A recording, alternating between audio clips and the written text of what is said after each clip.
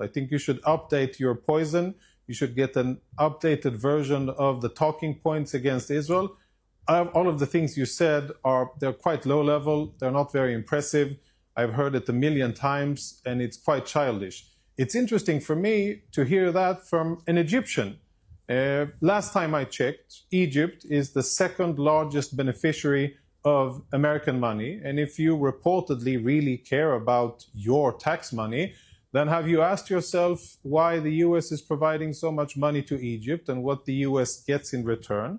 And what I would like to know is, why is the Arab Egyptian Republic refusing to receive refugees, their Arab Muslim brothers from Gaza, and why are they so inhumane and cruel and preventing poor Gazans from escaping a war zone?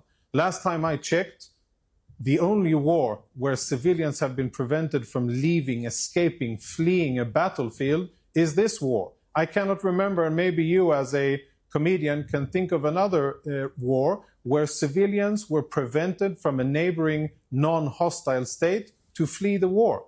I cannot remember any such thing. And I think that the country where you come from has a lot to answer from. I know that you're more confident in bashing Israel and talking conspiracy theories and AIPAC this and that and all of the other nonsense that you regurgitated. But let's talk about Egypt. Let's talk about their responsibility. Let's talk about US funds to Egypt. Let's talk about their cruelty. Let's talk about how they have prevented humanitarian access to Gaza. Let's talk about the fact that they have built the world's biggest wall that dwarfs the Chinese wall and all Israeli security walls between Gaza and Egypt. Why did they do that? Out of Muslim compassion?